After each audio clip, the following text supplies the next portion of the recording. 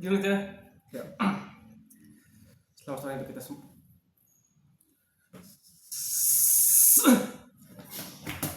Bagus sih.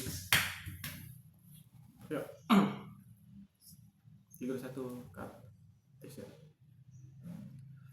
Selamat sore untuk Vincent dan juga Rehan. Ya, sarjana psikologi kamu ya, dan juga sarjana hukum. Saya merasa terhormat dan juga saya ingin mengucapkan terima kasih untuk waktunya yang telah disediakan.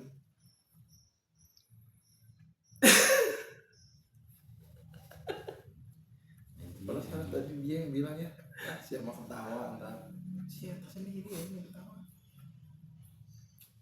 Kenapa ya ntar tuh? Ayo lagi receh banget ya, nggak bisa profesional. Goblok, sabar lah.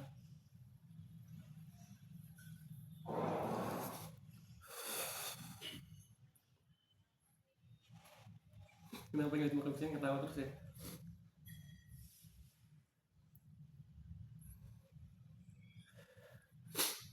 Ya. Selamat sore untuk saudara Vincent dan juga Rehan. Sore. Saya ingin mengucapkan terima kasih terlebih dahulu karena telah menyempatkan waktunya mengikuti pengajaran Alkitab pada sore hari ini, yang dimana ini untuk memenuhi tugas saya. Dan pada sore hari ini kita akan belajar tentang doktrin Advent, yang dimana doktrin Advent itu terdiri dari 28 doktrin, yang dimana doktrin pertamanya adalah tentang kitab suci.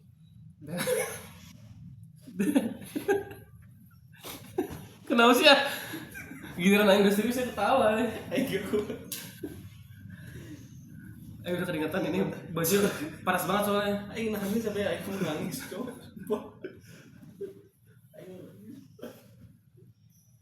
Ayo lah.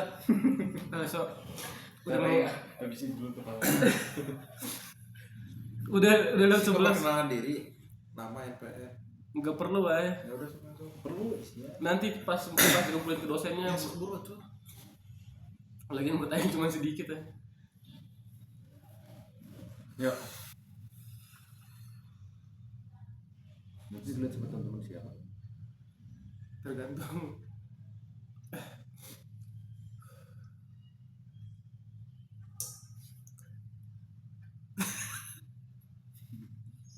Ini buka puasa kan? Oh iya. Serius sama. Jangan ketawa Cen ya.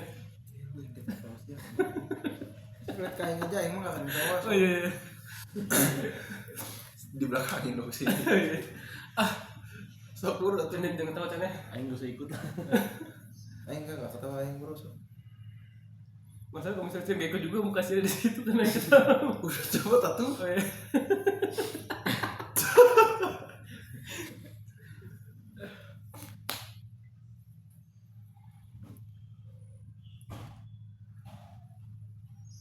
Menit aja. 3 nih. Ini 20 menit gimana anjir, lama banget 20 menit ya. Satu saya semenit aja. Minimal 30 detik dah. Enggak ngotak, Cok. Apa 30 coba detik. ini 20 menit aja. Emang minimal itu? Iya. Ya udah cepet aja. Iya. Ngomongnya dipelanin, jangan buru-buru. Udah 17.13 nih. Halo. 17.20 masih ketawa aja udahannya anjing mau buka puasa aja. Terus. Gila anjing.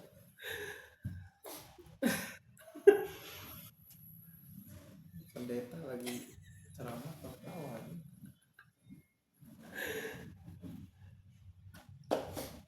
Ih, mekaniknya waduh bagus juga kan. Kebalik. Kira STM. Ya.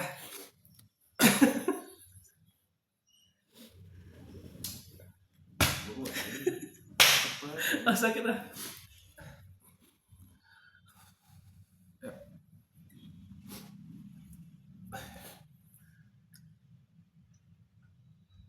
jangan gitu bisa aja.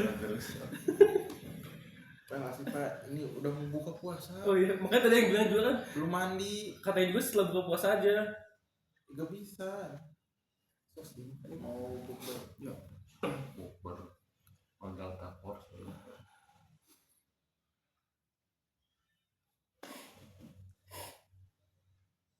Selamat Selamat sore untuk saudara Vincent dan juga saudara Rehan. Sore. Terima kasih. Jadi sebelumnya saya ingin mengucapkan terima kasih terlebih dahulu karena telah menyempatkan dan juga memberikan waktunya untuk berpartisipasi dalam tugas saya, yang dimana sekarang kita akan belajar doktrin GMA, Gereja Masihi Advent hari ke-7, yang dimana doktrin kami ini terdiri dari 28 doktrin. Dan pada sore hari ini kita akan belajar doktrin yang pertama, yaitu adalah kitab suci.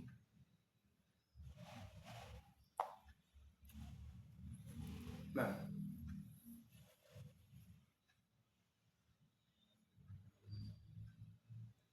dasar utama iman dan ajaran gereja Advent adalah Alkitab, yang dimana ini diilhami oleh Tuhan dan menjadi satu-satunya standar dalam doktrin, ajaran, dan kehidupan Kristen.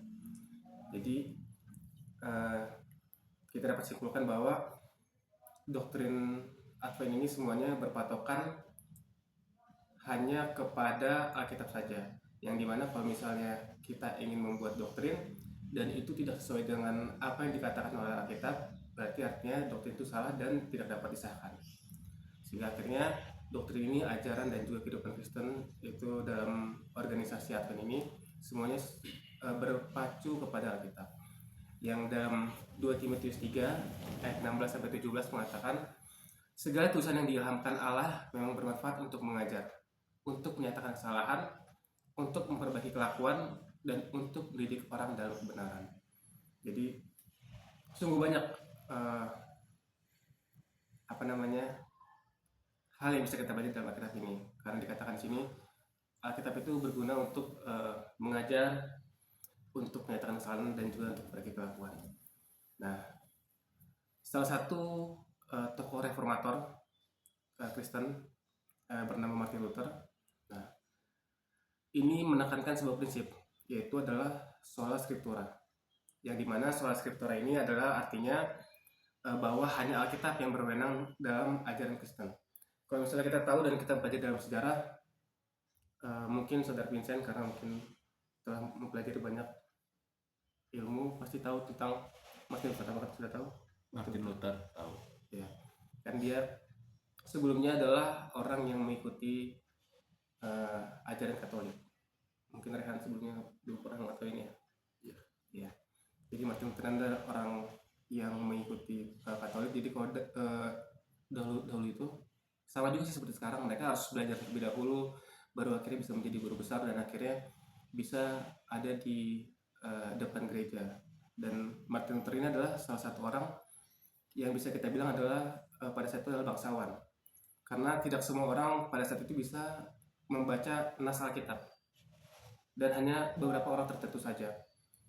Nah, Martin Luther ada seorang bangsawan yang mempelajari tentang Alkitab dan dia menyadari bahwa ajaran Alkitab dengan ajaran yang diberikan oleh Roma Katolik pada saat itu ada yang bertentangan, sehingga akhirnya dia membuat kalau misalnya kita tahu ada namanya dalil ya. Ya ada dia membuat beberapa dalil, saya lupa ada berapa jumlahnya, tapi itu adalah dalil yang dia buat sehingga akhirnya setelah itu muncullah Kristen Protestan pada saat itu. Nah, mengapa Alkitab dianggap sebagai firman Allah? Karena Alkitab dianggap sebagai firman Allah karena ditulis oleh penulis yang kenapa yang ketawa anjir? Kata aja gak apa-apa, lanjut. Oh, ya. Kan gak apa-apa Dika. Mengapa Alkitab dianggap sebagai firman Allah? Nah, Alkitab ini dianggap sebagai firman Allah karena ditulis oleh penulis. Bisa senyum-senyum aja. Saya masa harus bete sih mukanya ke situ. Lanjut. Aing tahu dinan ketawa ya. 1, 2, 3. Jadi mengapa Alkitab dianggap sebagai firman Allah? Alkitab dianggap sebagai firman Allah karena ditulis oleh penulis yang diilhami oleh Roh Kudus, bukan oleh kehendak manusia semata. Dalam 2 Petrus 1 ayat 21 mengatakan, sebab tidak pernah nubuat dihasilkan oleh kehendak manusia, tetapi oleh dorongan Roh Kudus. Orang-orang berbicara atas nama Allah. Nah, jadi eh, selama penulisan firman Tuhan ini itu semua dituntun oleh Roh Kudus. Kalau misalnya mungkin dalam ajaran Saudara Rehan itu biasa disebut ilham. Bisa jadi. Ya, bisa jadi. Pengetahuan saya aja. Jadi tidak ada firman Allah ini yang ditulis oleh misalnya ada seorang saya ingin menulis tentang firman Tuhan, tetapi itu semua atas kemauan diri sendiri. Jadi itu tidak ada. Kalau misalnya itu menurut pengetahuannya, menurut kemauan dirinya sendiri, itu berarti bukan firman yang dilakukan oleh Allah. Yang berarti itu bukan lagi firman Tuhan. Itu mungkin bisa kita bilang apa ya, pada zaman mungkin ilmu filsafat yang ditulis oleh pengetahuan sendiri. Ya, Oke. Bagaimana apabila seorang profesor atau seorang guru besar berpendapat mengenai firman Allah? Apakah kita bisa mendapatkan atau mempercayai suatu doktrinnya tersebut? Dalam keagamaan, ketika orang berpendapat, yang diajarkan oleh dosen saya adalah bahwa pendapat seseorang itu sebenarnya tidak ada yang salah, tetapi itu tergantung penerimaan setiap orang. Makanya kita tahu bahwa denominasi dalam dunia ini ada banyak kan, maksudnya agama dalam dunia ada banyak. Ada agama ini, ada agama B, ada agama C, yang dimana kita tahu bahwa semua pengajarannya pasti untuk ke arah hal yang lebih baik, untuk kebaikan untuk sesama. Tetapi dalam proses kebaikan itu pasti ada proses yang berbeda. Nah, disitulah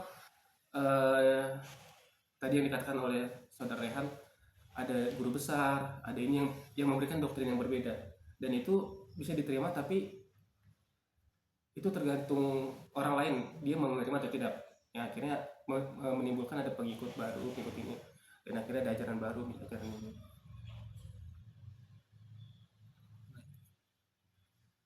Jadi kalau misalnya Saudara Rehan mungkin berpendapat tentang firman Tuhan, ya tidak ada yang melarang.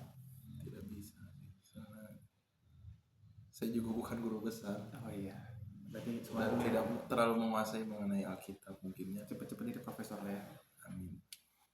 Nah, Saudara Vincent mungkin ingin berpendapat Belum. dengan kita. Buat saat ini belum. Oh, belum. Nah, jadi kalau misalnya kita lihat dalam sejarah ada penemuan gulungan Laut Mati tahun 1947 yang membuktikan bahwa teks Alkitab tetap akurat selama ribuan tahun sesuai dengan naskah kuno lainnya. Jadi ini adalah peristiwa yang dimana pada saat itu menemukan gulungan-gulungan kitab suci, dan itu bukan hanya satu tapi ada beberapa. Nah, berapa bagian utama dalam Alkitab dan apa isinya? Alkitab itu terdiri dari dua bagian menurut pandangan GMH Gereja Masehat pada hari ke-7. Jadi Alkitab itu ada Perjanjian Lama yang berisi 39 kitab. Nah, itu isinya tentang hukum, sejarah, puisi, nubuatan sebelum kedatangan Yesus. Dan di Perjanjian Baru adalah itu berisi 27 kitab, yang dimana itu tentang kehidupan Yesus, ajaran Rasul, dan nubuat akhir zaman. Jadi kalau misalnya kita lihat di dalam Perjanjian Lama ini, kalau misalnya kita bisa simpulkan, ini adalah awal dan juga nubuatan untuk Perjanjian Baru, yang dimana di dalam Perjanjian Baru itu baru akhirnya digenapi semuanya, itu kelahiran Yesus dan juga tentang nubuatan akhir zaman.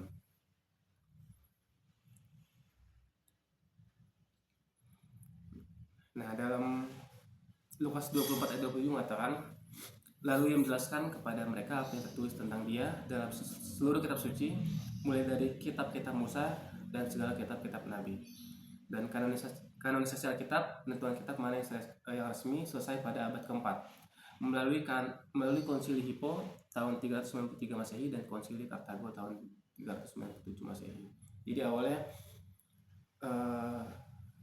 firman Tuhan ini sebenarnya tidak disebut Alkitab, tetapi pada zaman dahulu itu berbentuk gulungan, yang dimana orang menulis ada gulungannya, dan barulah itu semua dikanonisasi, yaitu digabungkan menjadi Alkitab. Nah, itulah yang biasanya orang-orang Kristen baca pada saat ini. Kalau misalnya zaman dulu itu orang membaca dalam bentuk gulungan. Nah, apakah Alkitab dapat diandalkan dan tanpa kesalahan? Alkitab dapat diandalkan karena dilindungi oleh Tuhan dan tetap konsisten sepanjang sejarah. Dalam Mazmur 119 ayat 160, dan saya firman-Mu adalah kebenaran dan segala hukum-hukum-Mu yang adil adalah untuk selama-lamanya. Nah, Alkitab memiliki lebih dari 5.800 manuskrip Yunani kuno. Jauh lebih banyak dibandingkan tulisan Plato dan juga Aristoteles membuktikan keasliannya. Kalau misalnya kita lihat, setahu saya tulisan Plato dan juga Aristoteles itu ada sekitar puluhan, enggak nyampe ratusan. Iya, atau mungkin saya salah. Ya, biasa. Ya, seingat saya pernah baca segitu sih, kira-kira. Jadi kalau misalnya tadi itulah kita lihat bahwa dikatakan kan tulisan firman Tuhan itu adalah konsisten. Dan kalau misalnya kita lihat mungkin pada zaman ini ada hal-hal yang berbeda. Mungkin dengan Alkitab terjemahan baru dengan Alkitab terjemahan lama ada kata-kata yang berbeda. Tetapi kalau misalnya kita melihat tulisan aslinya, karena ada yang ditulis dari bahasa Ibrani, bahasa Yunani, itu semua tetap sama. Makanya biasanya para ahli teolog itu mempelajari bahasa Ibrani dan juga bahasa Yunani biasanya untuk mempelajari sendiri apa yang tertulis sebenarnya, karena kita harus melihat kembali kepada manuskrip yang aslinya. Karena biasanya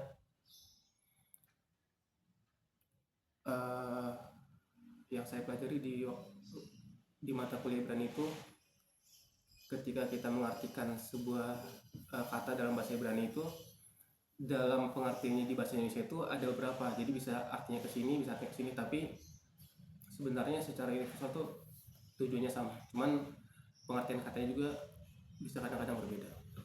Nah, bagaimana kita mengetahui bahwa Alkitab adalah wahyu dari Tuhan? Alkitab terbukti sebagai wahyu Tuhan melalui nubuat yang digenapi, misalnya dalam nubuatan Yesaya 53 tentang Yesus. Nah, kesesuaian dengan sejarah dan ilmu dengan pengetahuan. Baru dalam Yesaya 46 ayat 9-10 ada mengatakan, Akulah Allah dan tidak ada yang seperti aku, yang memberitahukan hal-hal yang akan datang. Dalam Reruntuhan Babel ditemukan sesuai nubuatan Yesaya 13 ayat 19-22.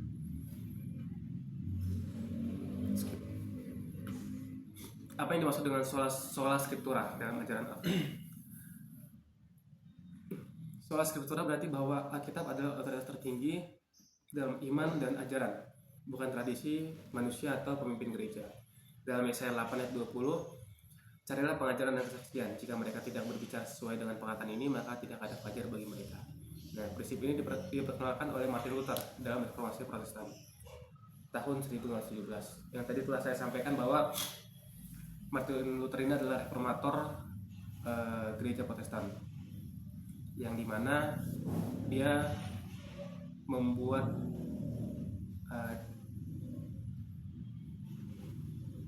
seingat saya ada 5 sola, tapi yang akan kita bahas adalah sola scriptura saja, karena kita membahas tentang kitab suci, yang dimana menurut Martin Luther kita harus kembali kepada Alkitab, mau itu tentang ajaran, mau itu tentang tradisi manusia dan juga pemimpin gereja, itu semua harus kembali kepada Alkitab. Kalau misalnya itu tidak sesuai dengan Alkitab, maka ajaran itu harus dipertanyakan.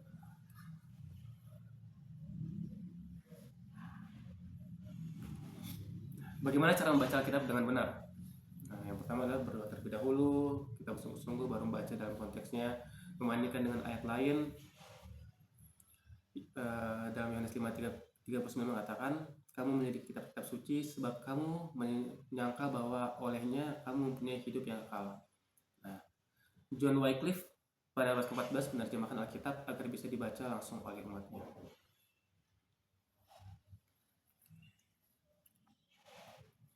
Nah, mengapa Alkitab menjadi salah satunya dasar iman bagi orang Kristen? Alkitab adalah firman Allah yang diilhamkan, yang berisi kebenaran yang tidak berubah dan menjadi otoritas tertinggi dalam iman Kristen. Sama ya kayak kita hidup di negara Indonesia ini, yang dimana kita mempunyai otoritas tertinggi itu adalah Pancasila. Betul, Mas? Iya. Nah, dalam 2 Timotius 3 ayat 16-17 ada mengatakan segala tulisan yang diilhamkan Allah memang bermanfaat untuk mengajar, untuk menyatakan kesalahan, untuk memperbaiki kelakuan, dan untuk mendidik. Nah, jadi tradisi gereja atau pengalaman pribadi tidak bisa menggantikan Alkitab sebagai standar kebenaran. Alkitab adalah wahyu Allah yang sempurna bagi manusia. Sama halnya dengan semua kitab suci ya. Nah, apa yang terjadi jika seseorang menggunakan sumber lain selain Alkitab dalam iman? Nah, mengandalkan sumber lain selain Alkitab dapat membawa penyimpangan dari kebenaran. Karena hanya firman Tuhan yang tidak berubah. Dalam Matius 15 ayat 9 mengatakan, percuma mereka beribadah kepadaku sedangkan ajaran yang mereka ajarkan ialah perintah manusia. Nah, bagaimana kita bisa yakin bahwa Alkitab benar-benar firman Allah? Allah membuktikan dirinya sebagai firman Allah melalui nubuat yang digenapi, kesatuan pesan dan pengaruhnya yang mengubah hidup. Dalam 2 Petrus 1 ayat 21 mengatakan, sebab tidak pernah nubuat dihasilkan oleh kehendak manusia tetapi oleh dorongan Roh Kudus orang-orang berbicara atas nama Allah. Nubuat tentang Yesus telah tergenapi dengan sangat akurat di dalam perjanjian baru, dan itu membuktikan bahwa Alkitab itu adalah kebenaran. Bagaimana cara kita menuntun seseorang dalam kehidupan sehari-hari? Alkitab memberikan prinsip moral, hikmat, dan penghiburan untuk setiap aspek kehidupan. Dalam Mazmur 119 ayat 105 mengatakan, firman-Mu itu pelita bagi kakiku dan terang bagi jalanku. Amsal 3 ayat 56 mengatakan, percayalah kepada Tuhan dengan segenap hatimu dan janganlah bersandar kepada pengertianmu sendiri. Nah, Alkitab adalah buku pedoman kehidupan yang mengajarkan cara hidup benar. Ya, sama mungkin dalam sarjana hukum ada kan namanya buku pedoman hukum, ada tidak? Ada pedoman hukum, Ada. hukum pidana perdata. Ya, jadi dalam keagamaan juga buku pedoman itu adalah kitab suci. Kalau misalnya dalam Islam ada Al-Quran dan juga dalam Kristen adalah Alkitab. Nah, setiap keputusan yang kita ambil harus didasarkan pada prinsip-prinsip Alkitab. Apa akibatnya jika seseorang menolak Alkitab sebagai otoritas tertinggi? Menolak Alkitab sebagai otoritas tertinggi berarti membuka diri terhadap kesesatan dan kehilangan arah rohani. Jadi kalau misalnya kita menolak ajaran, ya, saya pernah. Sultan.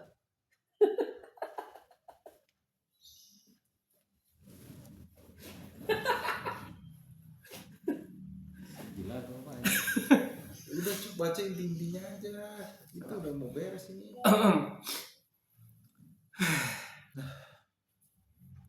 Kan 20 menit anjir, ini berapa sih? Udah 23 ini. Ya kan di-cut nanti. Katanya cuma 15. Jadi satu itu. Apa akibatnya jika seseorang menolak Alkitab sebagai otoritas tertinggi? Yaitu, ya betul, dosa. Jadi menolak Alkitab sebagai otoritas tertinggi berarti membuka diri terhadap kesesatan dan kehilangan arah rohani. Jadi percuma kalau misalnya, sebenarnya nggak percuma, cuman agak sia-sia kalau misalnya kita sering ke gereja, sering pelayanan, tapi sering mabok, terus tidak menjaga diri, sering nonton video-video dewasa, kan itu lebih baik kita membaca Alkitab. kita hindarkan itu ya. Jadi tentu firman Tuhan, manusia akan tersesat dalam ajaran palsu dan pandangan-pandangan dunia yang menyesatkan.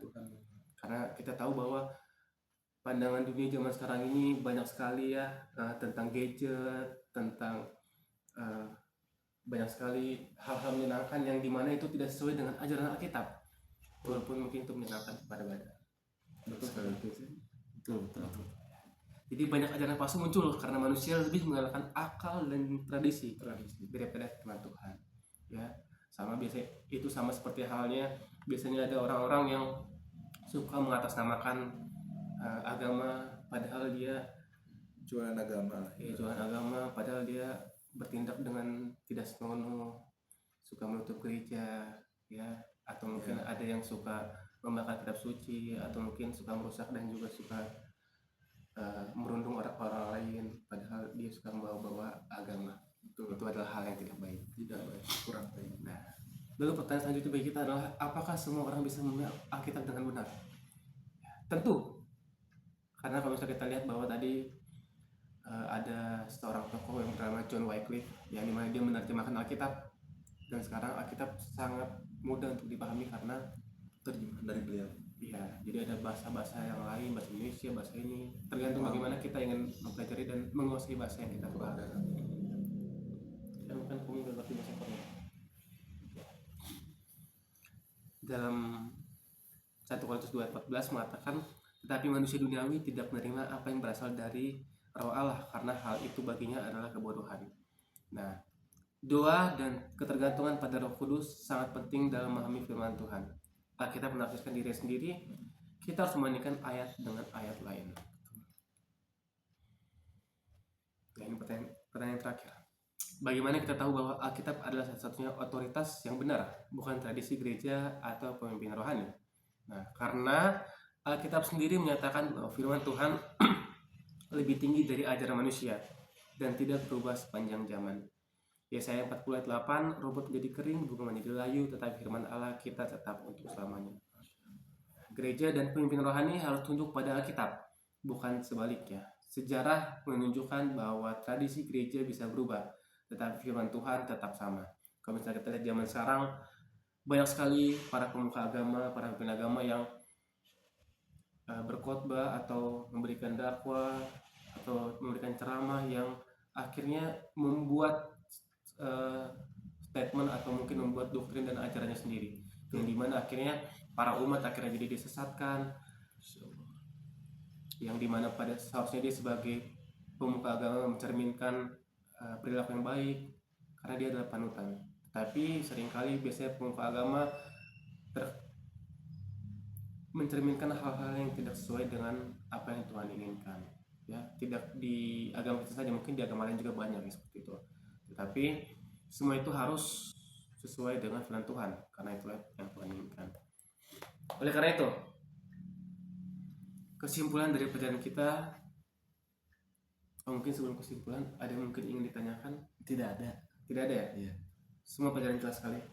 Jelas banget. Terima kasih. Jadi kesimpulan kita pada sore hari ini adalah Alkitab adalah firman Allah yang diilhamkan. Jadi semua ajaran dan kepercayaan harus bersumber dari Alkitab, bukan dari tradisi manusia, pengalaman pribadi, atau ajaran gereja yang bertentangan dengan firman Tuhan. Paling mau tanya ya, itu disebutkan bahwasannya semua ajaran dan kepercayaan harus bersumber dari Alkitab, bukan dari tradisi manusia. Menurut saya itu bertentangan dengan hukum adat sih, karena di situ dijelaskan bukan dari tradisi manusia, dan di mana sedangkan negara Indonesia kita itu kan menjunjung tinggi ini ya Pancasila ya, yang dimana itu keadilan sosial bagi seluruh rakyat Indonesia. Itu bagaimana itu maksudnya untuk disamai dengan ya pola pikir tradisi, apalagi kita kan di Indonesia ini ada masih banyak ya yang menerapkan hukum adat, contohnya suku Baduy. Bagaimana menurut saudara Rafael terkait hal ini? Jadi ini tanya ini poin ini bukan dari tradisi manusia. Ya. Itu makanya dalam Indonesia ada banyak sekali kan kepercayaan. Dan kalau misalnya kita lihat sebenarnya dalam gereja masih Advent hari ke-7 ini juga masih banyak orang yang menjunjung tinggi adat. Jadi kayak misalnya di satu gereja A dan juga gereja B, biasanya mereka punya sistem peribadatan seperti ini. Misalnya contoh kecilnya mereka tidak biasanya tuh kalau di gereja tuh ada setelah pulang tuh kalau di kami ada makan-makan namanya potluck. Nah, di gereja ini tidak boleh potluck. Kenapa? Karena katanya hari Sabat tuh harus dikuduskan, harus tidak ada ini, tidak ada itu, tidak boleh bekerja, tidak boleh ini, tidak boleh berkeringat, tidak boleh itu. Sedangkan di gereja satu, dia setelah bergereja dia potluck, dia makan. Nah, jadi lalu itu tradisi mereka, dan kita tidak boleh misalnya kalau misalnya saya jadi pimpinan gereja, saya tidak boleh langsung kamu nggak boleh nih berpikir seperti itu, jadi kita semua harus makan. Atau mungkin di gereja satu saya bilang nggak boleh, kita sahabat nggak boleh makan harus gini harus gitu. Jadi bahkan di GMAK itu ada yang namanya masih berjalan tradisi. Jadi tergantung gerejanya. Kalau misalnya gereja yang punya tradisi seperti ini ya tidak apa-apa, kalau misalnya ini tidak apa-apa. Jadi tidak langsung memaksakan untuk A, tetapi ada ajaran yang kita sampaikan dan itu terserah. Untuk kalau misalnya mau dilakukan ya tidak apa-apa, kalau misalnya ya dilakukan ya terserah. Berarti Itu hanya menyarankan tapi tidak diwajibkan. ya, Oke. Cukup. sudah.